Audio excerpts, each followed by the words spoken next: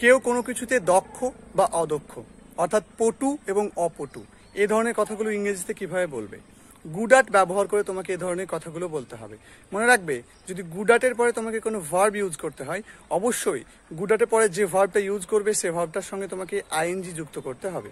যেমন আমি যদি বলি আমি রান্নায় দক্ষ বা আমি রান্নায় পটু, তাহলে হবে I am good at cooking. Cook মানে রান্না করা, সেখান থেকে হবে কুকিং। তাহলে আই অ্যাম গুড অ্যাট মানে আমি দক্ষ, ইউ আর গুড অ্যাট মানে তুমি দক্ষ, হি ইজ গুড অ্যাট মানে সে দক্ষ, Ram is good at Ram দক্ষ, দে আর গুড অ্যাট মানে তারা দক্ষ। আর আমি যদি বলি যে আমি গান গাইতে দক্ষ, I am good at singing song, I am good at singing song. যদি আমি বলি আমি কোনো কিছুতে অদক্ষ বা অপটু, তাহলে কি বলবো? I am bad at, I am bad at মানে আমি অপটু, ইউ আর ব্যাড অ্যাট মানে তুমি অপটু, দে আর ব্যাড অ্যাট মানে তারা অপটু, he or she is bad at মানে সে অপটু। তাহলে আমি যদি বলি সে রান্নায় অদক্ষ বা রান্নায় অপটু, তাহলে কি বলবো? He is bad at cooking, he is bad at singing song, সে গান গাওয়াতে অদক্ষ বা অপটু।